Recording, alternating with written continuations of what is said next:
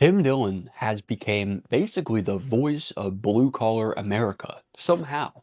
He's just a gay comedian, probably in his late 40s, that lives in Hollywood, that lives in ivory towers and goes to parties with Ellen DeGeneres and the Kardashians. And yet he remains so humble and has such a pulse on everyday America that he has managed to create the voice of a generation. And in particular, he speaks to and for everyday blue collar Americans.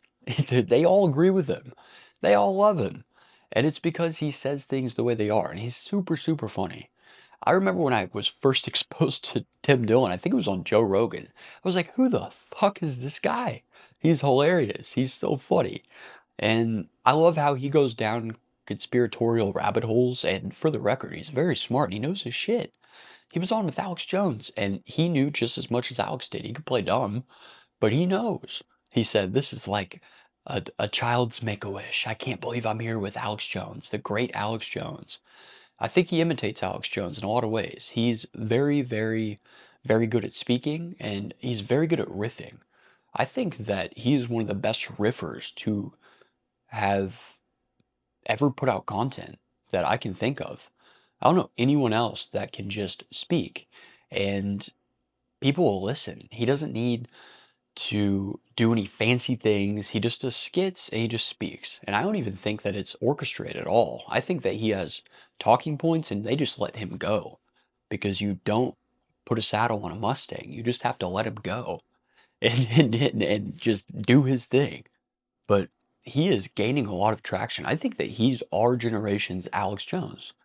The difference is he doesn't say anything too preposterous, but who knows? I think that he does just the right amount of satire, and who cares what I think? I think he's doing great. I love watching that. You know that that's where I get the majority of my news from Tim Dillon. How sad is that? What does that say about other news stations that I'm getting my news, my world news, my local news, and my national news from a fucking comedian? That's crazy, guys. They need to step the fuck up or do something. It's because the CNN and the whatever, the Fox News, MSNBC, they're all bullshit. And we could tell they're bullshit. They're losing. They're losing because they have no personality.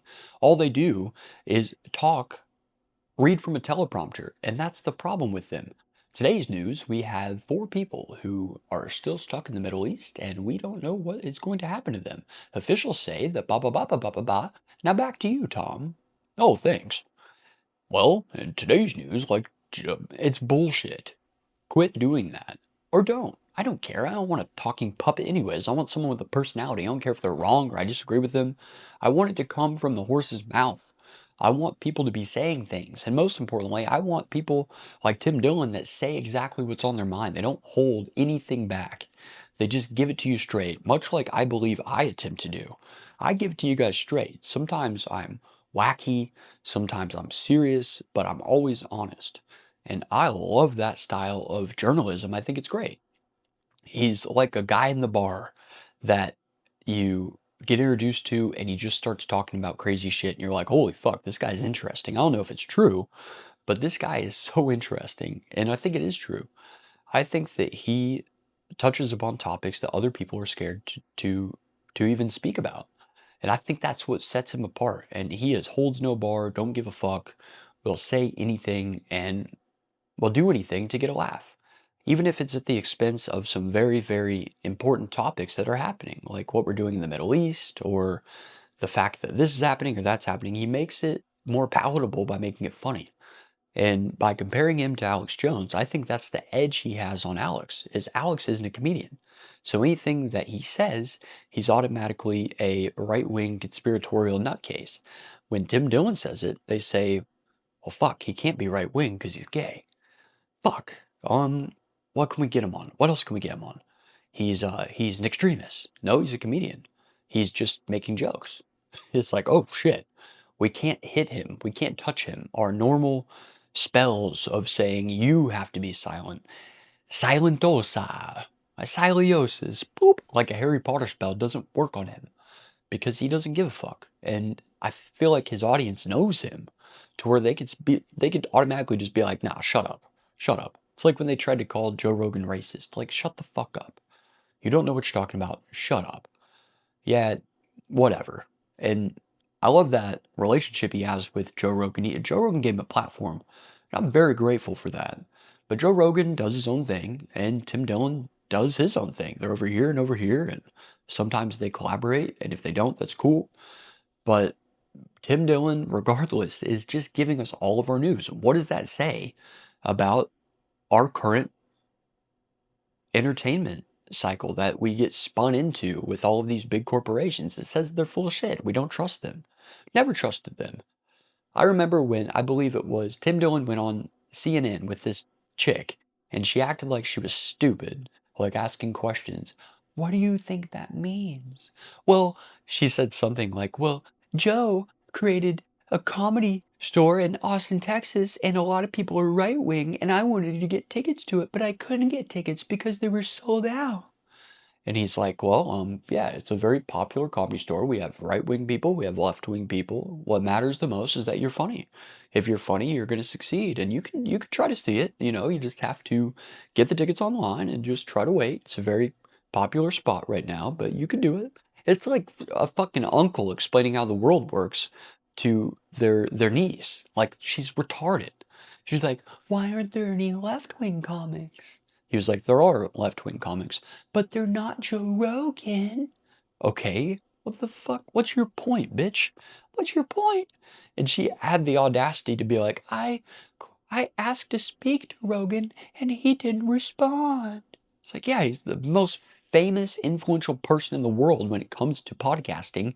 He gets millions and millions and millions of views every single episode. Do you think that he gives a fuck about CNN, especially after what you guys did to him with his whole COVID thing and saying that he was taking horse pills? You fucking retards, like horse medicine, for saying ivermectin, which is probably the most used drug, safest drug, most proven to be safe drug in all of human history. And you're like, oh, he's taking horse tranquilizer, horse medicine. It's all, and drinking bleach. It's bullshit. And it's simply because look at who pays for these. You could tell how biased people are when it comes to these big corporations. You could tell how biased they are by watching the ads. Look at the ads on television. And I don't even watch television like that anymore. I don't know who does. You think I'm going to put up two bunny ears? But look at how biased they are by looking at the advertisements. You know what they are? They're all tailored towards pharmaceutical companies. And the truth is that they made way too much of the Johnson & Johnson and Moderna vaccines, and they prepared, overly prepared for it because they didn't know what was going to happen. They had way too many. So they got with big government and they mandated that you have to take X number of COVID vaccines. You have to schedule them out. You have to take more than one. They don't know if this shit works or not. They just had a bunch of fucking vials full of vaccinations. They had to get rid of them. It's as simple as that. They're biased. They're all biased. I don't think Joe Rogan's biased. I know for a fact that Tim Dillon isn't biased. He doesn't give a fuck. I love how he is basically the commentator that gives me my news, but gives it to me in a way that is funny. And I think that's great. He's almost like a John Oliver if John Oliver had an online platform where he didn't have to care about what he said. And I don't think that John Oliver even came up with his own jokes. Tim Dillon's a one-man band. So I respect the shit out of that man. And I would love to interview Tim Dillon in the future. I can. Hopefully I can. I haven't had the balls to ask him yet, but I will. As I grow, I would love to interview Tim Dillon. He is my Alex Jones. I would love to interview him. It would be like my make-a-wish. I'm dying, and that is my final wish. I feel like I'm in Disneyland, just like how he felt when he was on JRE with Alex Jones. I believe it was for the 9/11 episode, the 911th episode of the Joe Rogan Experience. I believe it was. But it's amazing. It's amazing what he does. It's incredible. He talks shit. He doesn't give a fuck. And he's not doing bad. He acts like he's one of us, but he is up there raking in the money, is reeling it in. And I love him because it says to the world and to advertisers that you can exist even if you're a little bit off the reservation. Like people like me, where I just talk and I say some crazy shit. Like the other day, um, I was talking about Sydney Sweeney, and she's very, very attractive. I could say whatever the hell I want about Sydney Sweeney. It's my eyes. I can look at whatever I please, whatever I damn well want. But I was like, she should remake Snow White. Instead of having that other Rachel Zegler bitch, she should have been in Snow White. She looks like Snow White. She's amazingly beautiful, and I had two reasons for her to become Snow White. They're both on her chest. You could just put her up on the big screen, and I would sit there and stare and eat my popcorn like a drooling idiot Neanderthal for an hour and 35 minutes straight. All you need to do is just put her up there with her chest, and I would watch. And when people hear shit like that, they're like, oh my God, this guy's crazy. I don't know what to do with him. And then you don't get advertisers. So I respect Tim Dillon because he did it his way, like Frank Sinatra.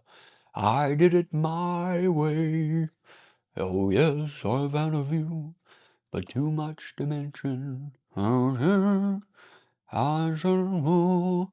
And Tim Dillon did it his way. That's what he did. He does it his way.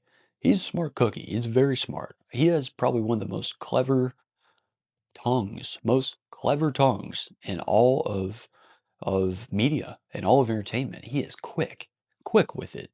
He almost has the mental fortitude to be quick with rebuttals and comebacks, almost if he's doing a roast battle. But instead of roasting other comedians, he's just roasting the world. He's just roasting the world. And I love it. So, Tim, keep doing your thing, and I will see you in the future, man. I swear to God, you will be on Kyler Speaks in the future. Mark my words. Make sure you like, and make sure you guys are subscribed to my channel, please. I would really appreciate it if you would subscribe, and that allows me to do things my way. Like Frank Sinatra, I get to do things my way. If you enjoy it, and you enjoy the fact that I'm persistent as a motherfucker and post every single day, on top of working, which isn't anything to me because I love doing this. But if you guys respect it, RESPCT, then find out what it means to me and subscribe to my channel. So thank you guys very much, and I'll see you in the next episode. La-di-da-di-da. It's the motherfucking Tim Dillon.